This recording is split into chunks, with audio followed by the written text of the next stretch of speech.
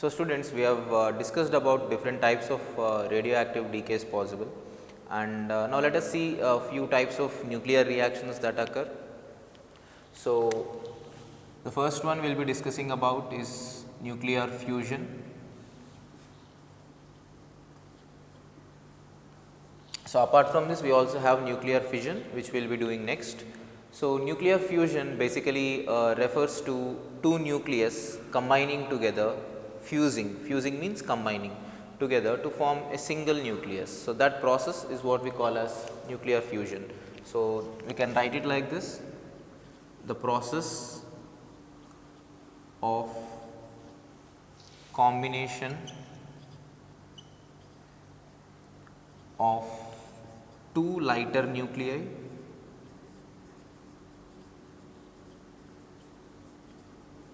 to form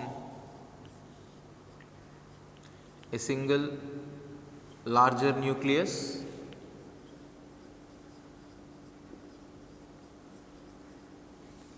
is called nuclear fusion.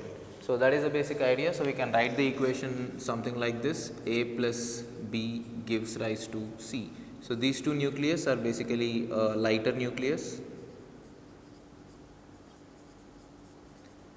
and the final product will have a larger mass number.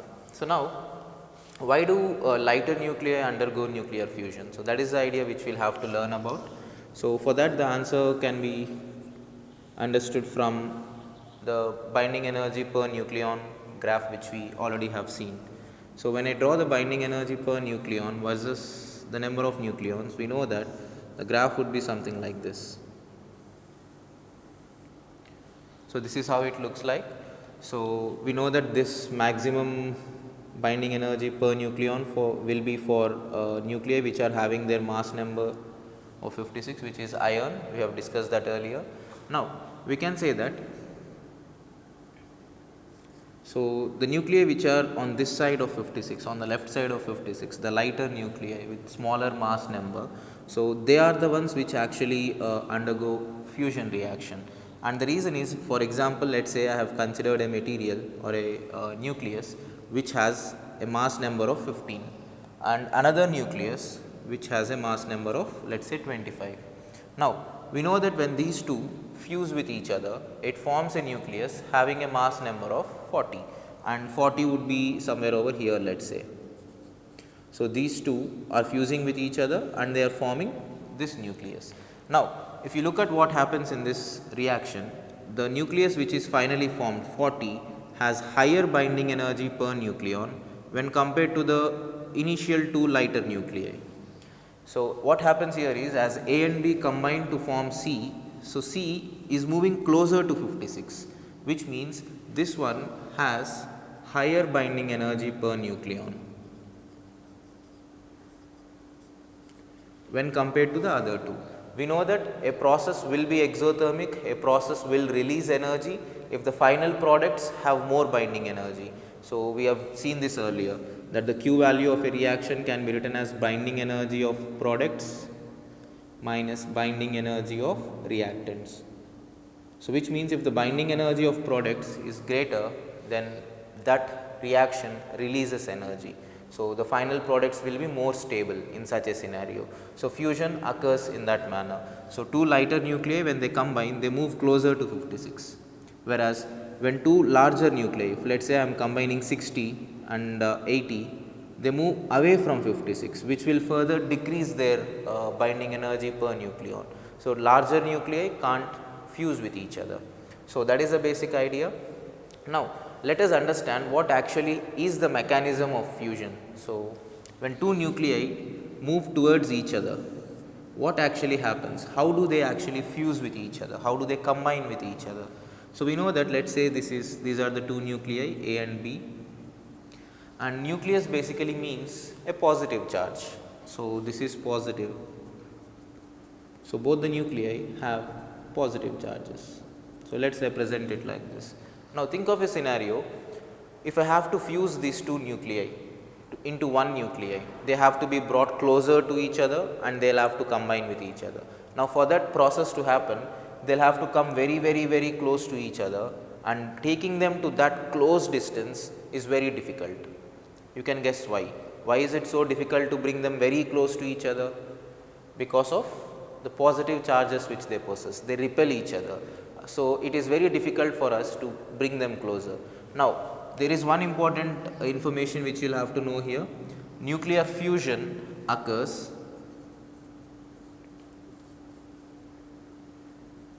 if the separation becomes approximately equal to 1 femtometer. So, you will have to take those nuclei to a very small separation of nearly 1 femtometer. You already know what femtometer means. So, femtometer is basically 10 power minus 15 meters. So, only when you bring them to that close distance, then the nuclear forces will start acting between the two nucleus, and then it fuses into one nucleus. But bringing them into this small separation is quite a difficult task, and the reason is the electrostatic repulsions between the nucleus. So, how do we fuse them? So to fuse them, we can't do it here on earth. It is quite difficult to fuse two nuclei to make it into a larger nucleus, unless and until the two nucleus are very small, have a very small charge, and they are highly unstable. Only such nucleus can be fused with each other. But if I have to fuse a sufficiently larger nucleus, let us say helium with helium or carbon with carbon, so something like that. So, such reactions can happen only at very high temperatures as well as high pressures. So, these are the conditions which are required for two nucleus to fuse with each other. Now, let us understand why do we need high temperature. Can you think about that? Why is a very high temperature required for a fusion to occur? And the reason for that is, to bring these two nuclei to a very small separation, what we can say is that they will have to have very large velocity. So, if the two nucleus are moving with very large velocity towards each other, the chances are that they approach very close to each other before turning back and going away. So, higher the velocity, smaller will be the closest distance of approach. So, that is the basic idea. So, what happens when I maintain high temperature? We all know that whenever we have any fundamental particles or gases, so their velocity will be directly proportional to under root of temperature. We studied that in kinetic theory of gases. So, the speed, the RMS velocity or any statistically calculated velocity like average velocity. So, all those are directly proportional to the square root of temperature. So, as I increase the temperature, the particles will have a larger velocity, and the chances of them approaching to a very small distance will be greater. So, that is why fusion requires a very high temperature. And one more important thing is that such high temperatures can be maintained, can be present only in stars. You must have heard of this. Our sun, the center of our solar system, has a temperature of roughly around 10 power 7 Kelvin, which is a very large temperature. I mean sun's core. So, what I have written here is the core of sun. So, this is the sun's core temperature. So, that is the reason why fusion reactions basically happen in sun at that high temperatures, and the energy released during those fusion process is what we observe in the form of heat and light. That is what we receive generally from sun.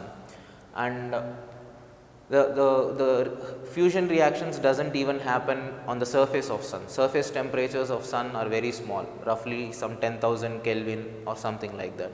So, only in the core of sun where the temperatures are very high, that is where the nuclear fusion reactions can occur. So, that is the reason also why it is quite difficult to produce or to create a fusion reaction on earth here in a laboratory or in such a practical setup.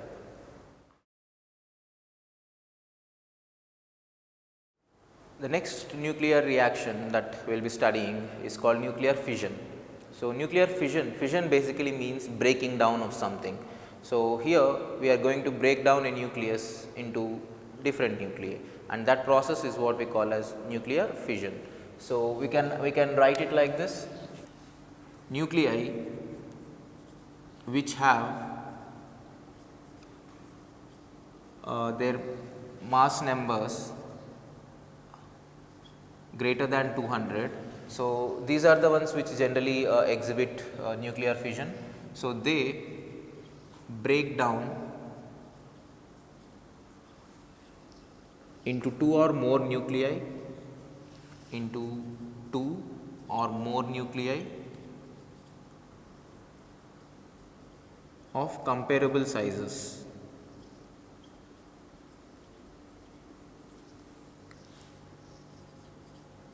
To attain stability. So, in the process of attaining stability, so we can say that a large nucleus, a heavy nucleus, it breaks down into two or more nucleus. Generally, we consider two nuclei. It breaks down into two nuclei, and the two nuclei roughly have similar sizes. So, such type of reaction is what we call as nuclear fission. And you can once again understand the reason from the binding energy per nucleon graph. So, when I draw that Be by A versus A, so we have seen once again that the graph would be like this. So, atomic numbers or the mass numbers which are very high will be somewhere over here. Now, you just observe, for example, let us say the mass number here is some 200. Now, if this breaks down into two nuclei, let us say if I have a reaction like this where A nucleus breaks down into B plus C of comparable size. So, let us say 200 is breaking down into two particles or two nuclei having 100 and 100 each. Now, what happens when such a process occurs? So, this nucleus with 200 will have binding energy per nucleon which is equal to this much.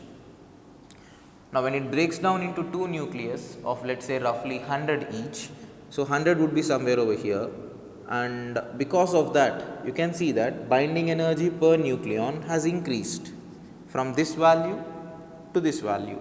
So, fission, when this larger nucleus undergoes fission reaction, you can see that the final products which are formed are having higher binding energy per nucleon, and we have just discussed earlier that higher binding energy per nucleon will automatically signify higher stability.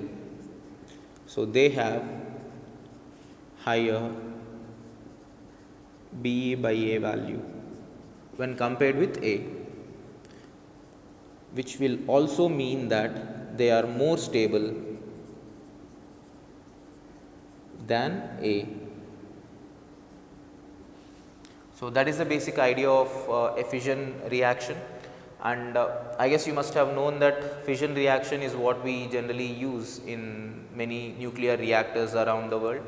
So, uranium is the most commonly used nucleus which is used for fission, and the energy released in that process is used for power generation. We will see that process. I will give you a brief idea about how a nuclear reactor works. Before that, let us see how a uranium reaction occurs. So, this is how a fission reaction generally occurs in uranium. So, when we take uranium 92-235 and when a neutron is striking that uranium, so what happens is that that neutron gets absorbed by the uranium and it forms uranium 92-236. So, mass number increases by 1.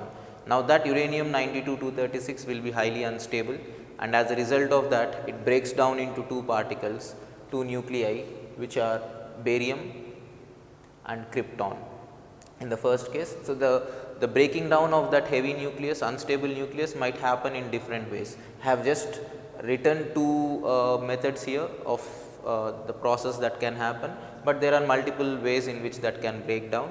So, in the first case it may break down like this into barium 56-144 and krypton 36-39, 36-89, releasing 3 neutrons in that process, and or it can break down in this manner into xenon and strontium by releasing 2 neutrons in the process.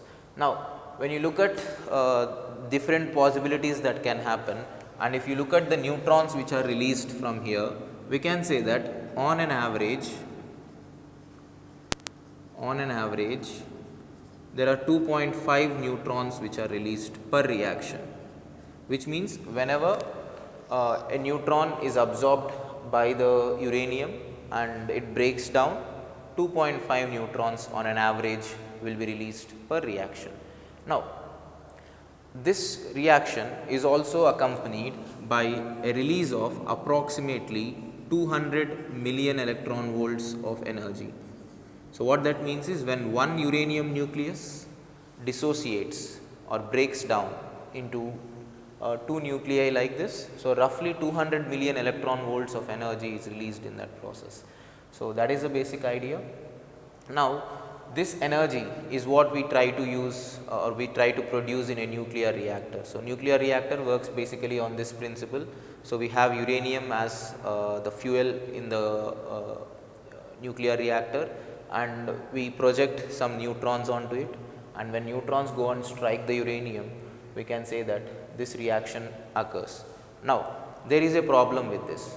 If not done properly, this can lead to many difficulties. The reason is, you can see here, on an average we are getting 2.5 neutrons when we are using 1 neutron, which means if I use 1 neutron and that dissociates into smaller nuclei, it produces 2.5 neutrons. Now those 2.5 neutrons may go and collide with the other nuclei of uranium, which might release again 2.5 each, and this happens in the form of a chain reaction. So if uncontrolled,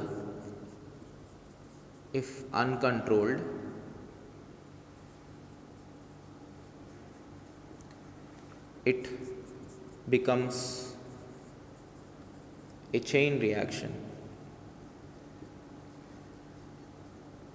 So if you are not able to control the outcome of these neutrons, so those outcoming neutrons will go and collide with further uranium nuclei, which produces even more neutrons, and those large number will go and collide further, and that keeps increasing in magnitude, and eventually a large amount of energy will be released in that process.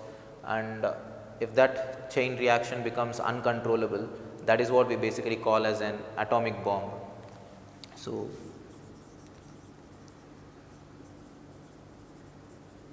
and if the same process, if it is controlled, so which is what we do in a nuclear reactor, so we can use that energy, which is a huge amount of energy, for different purposes, and that energy is also a green energy because it does not produce any kind of atmospheric pollution, although it produces some radioactive wastes which can be taken far away.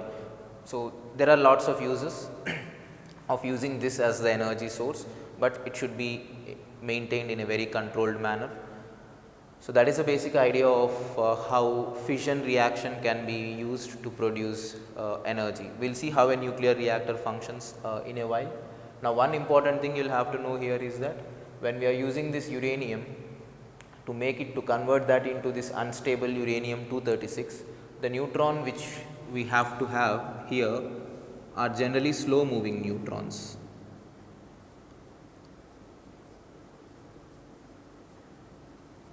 So we need to have slow moving neutrons. So slow moving neutrons will be able to interact with uranium better to produce 236. If the neutrons are moving very fast, then the interaction between uranium and that fast moving neutron becomes less likely to happen.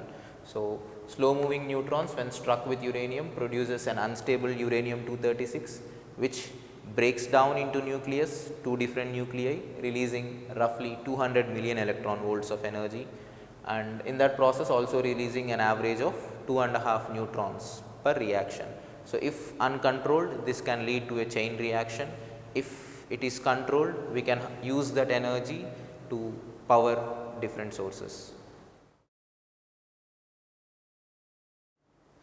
So the basic nuclear reactor looks something like this, a rough idea.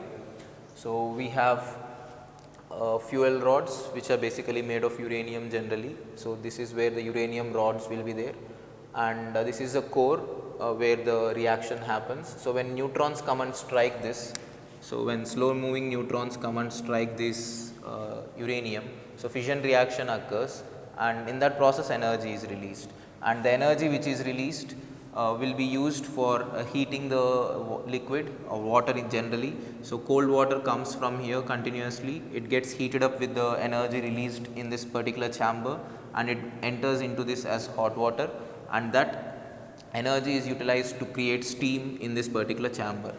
So, and that steam is utilized for rotating a turbine, and that turbine would be connected to a generator, and whenever mechanical energy is supplied to a generator, so it produces electrical energy. So, that is how a general mechanism works. Now, here in this particular chamber there are few things which you will have to be aware of.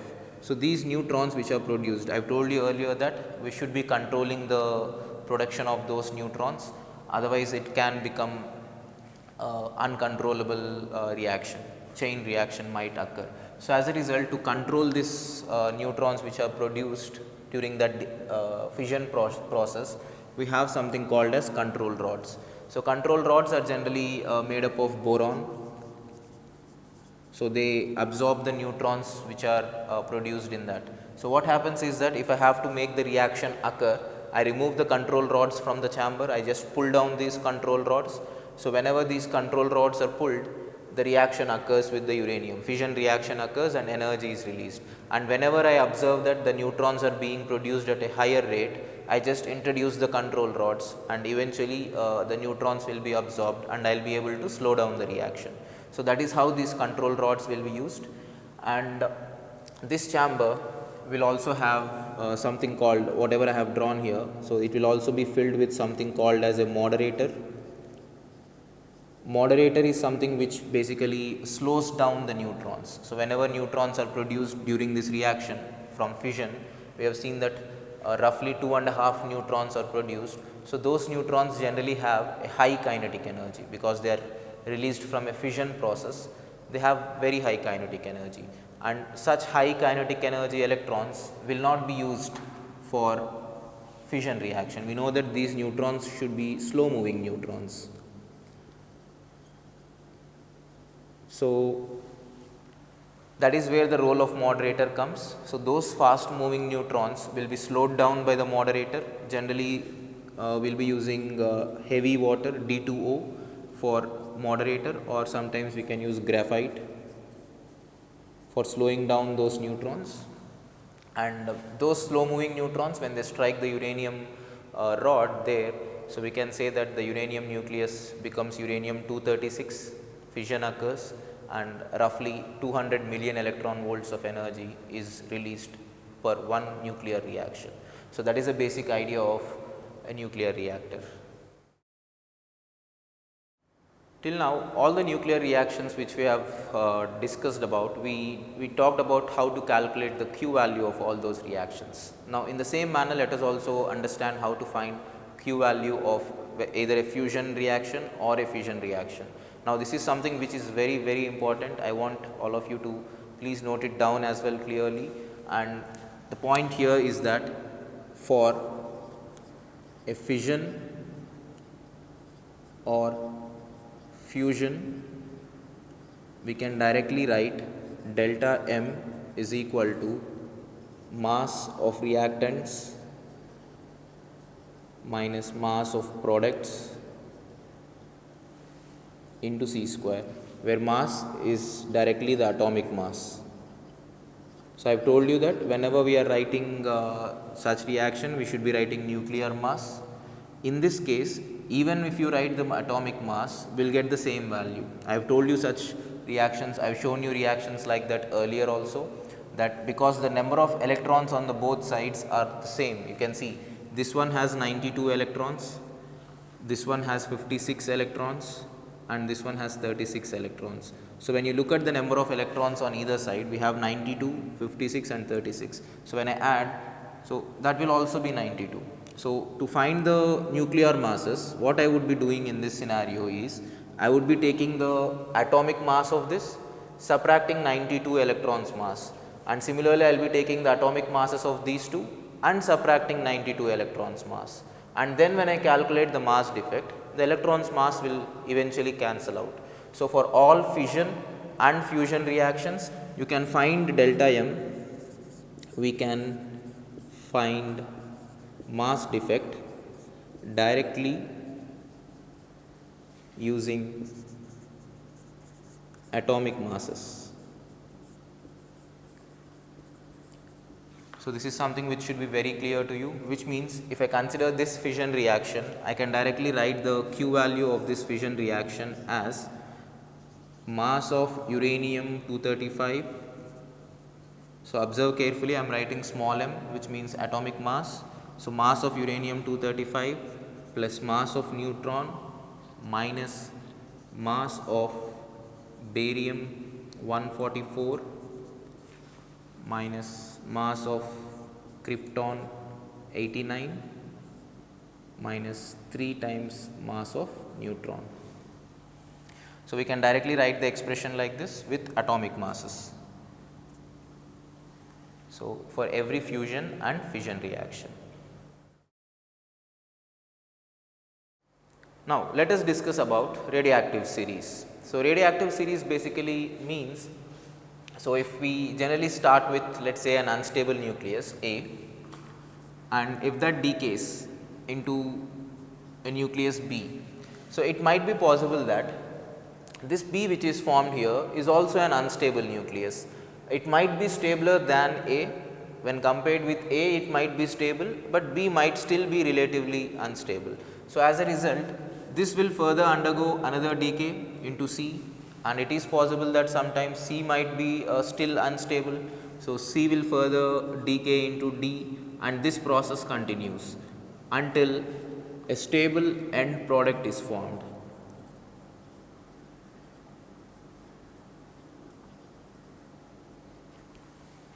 Now this series of decays is what we call as a radioactive series, and in general we have observed that there are 4 radioactive series that are possible.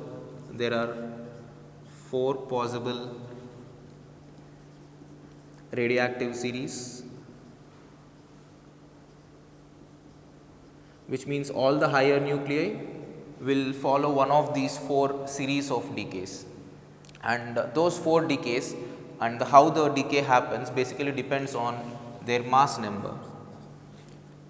It depends on the mass number. So we will see what those 4 decays are now. So the radioactive series will be like this. So they are they are named in this manner: 4n series, 4n plus 1 series, 4n plus 2 series, and 4n plus 3 series. And those nuclei which have their mass number in this form, a multiple of 4 will follow this particular series, a multiple of 4 plus 2 will follow this series, and so on. So that is how you should understand the idea of this series. And if you see here, what I have written here are basically the names of those series which are named based on the starting nuclei in that particular series. So these are the starting nuclei. So 4n series starts with thorium 90 232, and here neptunium 93 237, and so on. And in the final column you have the stable end products, and here you can see that in 3 of these series you have lead as the stable product, and in one of those we have Bi 83 209. So out of these 4 series we can say that the first series, the third one, and the fourth one, 4n, 4n plus 2, and 4n plus 3. So these are naturally occurring series which we can observe, whereas this middle one, the 4n plus 1 series, which is the neptunium series, is something which is not that easily observed. We will have to create that under laboratory conditions to observe that particular decay process from neptunium to Bi. So that is the basic idea. We will solve a question based on this in a while. So here in this question it is given that uranium 92 235 undergoes a series of alpha and beta decays to form a stable end product which is Pb 82 207. They are asking us to find the number of alpha and beta decays that have occurred in that series of decays. So I will start with this. We have uranium 92 235 which has undergone many decays and finally formed lead 82 207, and I will also assume that in this series of decays there were some A number of alpha particles which were released and B number of beta particles which were released. Now, we know that whenever we have a reaction like this, the first thing we will have to look for is to balance the charge numbers and mass numbers. For alpha particle, we have 2 and 4 as charge and mass number respectively, and here we have -1 and 0. So, I will just start by writing the equations for balancing these two charge and mass numbers. So, first if I balance the mass number, so I would be getting 235 is equal to 207. Here we have A into 4, so plus 4A, and here we have B into 0, so 0. So, that is the first equation, and simplifying this will give me 235 minus 207 is 28 is equal to 4A, which gives us the value of A as 7. Now, writing the equation for charge numbers, I get 92 is equal to 82 plus 2 into A minus 1 into B, which is minus B. So, that is the expression I have. So, if I substitute the value of A into this, I get 10 is equal to 14 minus B, which means B is equal to 4. So, we can say that in this process of uranium converting into lead, which is the 4n plus 3 series. So, this one what I have written here is the 4n plus 3 series. So, in that 4n plus 3 series, from the starting nucleus to the ending nucleus, so during that series we can say that there are 7 alpha particles and 4 beta particles that are being released.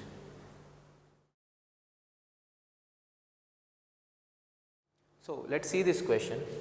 So, they have given us a nuclear reaction here, so which is basically a kind of fusion reaction. So, deuterium and deuterium, they are combining together to form a tritium and a hydrogen. So, this is the reaction that they have given us, and they are asking how much energy can be produced using 1 kg of deuterium.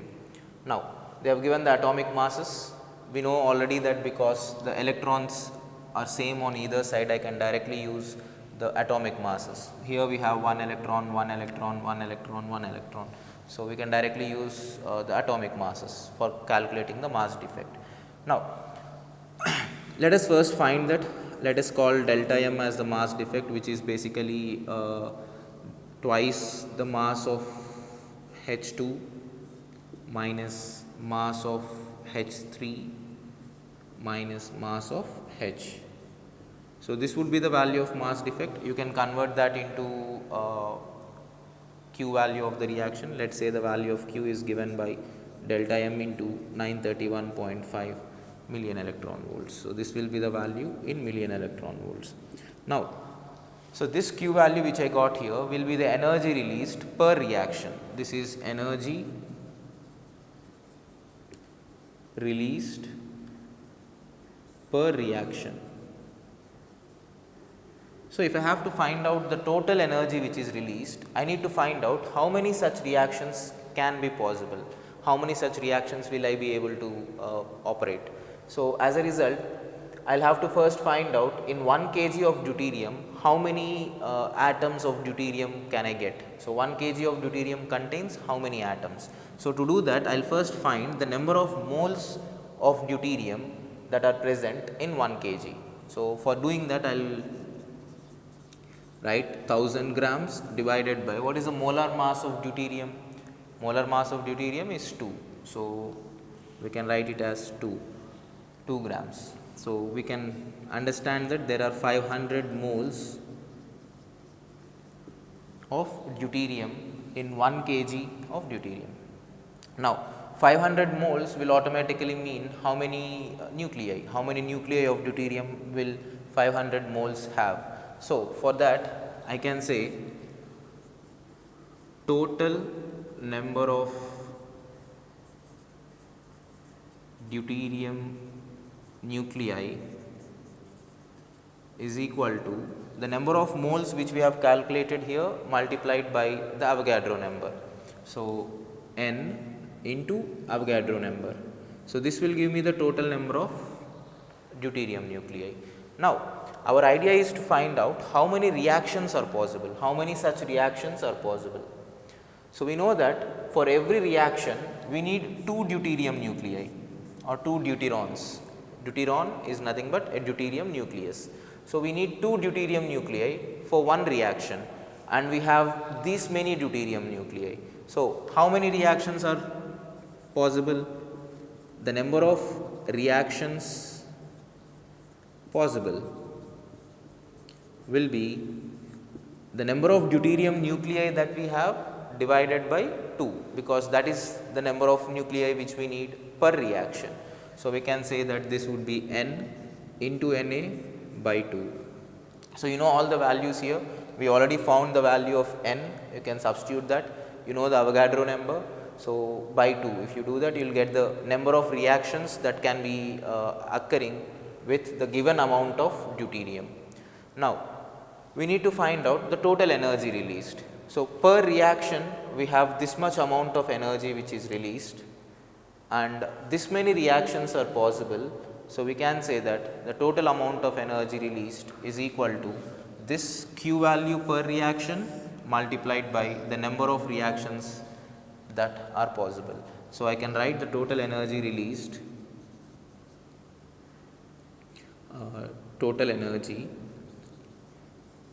will be equal to n into Na by 2 multiplied by the Q value which we have already calculated per reaction. So, that is the idea.